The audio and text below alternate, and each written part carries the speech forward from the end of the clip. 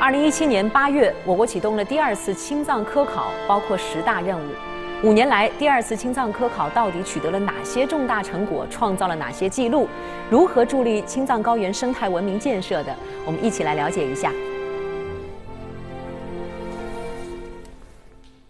青藏高原是亚洲水塔，孕育了黄河、长江等亚洲10几条大江大河。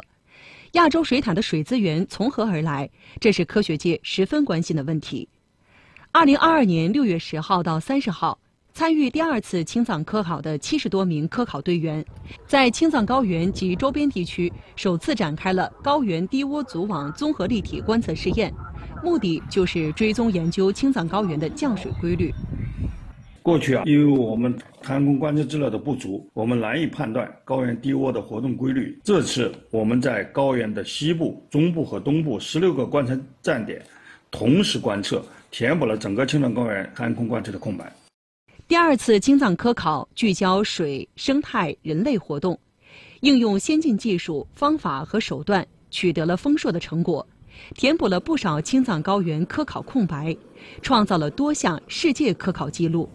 实现地球系统科学研究的新突破。今年是第2次青藏科考的第5年，5年来，在科技部、中科院和西藏自治区等组织领导下，近300个科研单位、7000多名科考队员、40多位院士参加10大任务，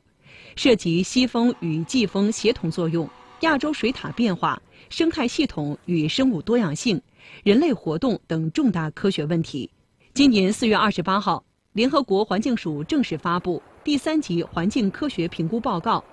展示了第3级气候、水体、生态系统和生物多样性以及人类影响的最新研究成果。全球发布，我们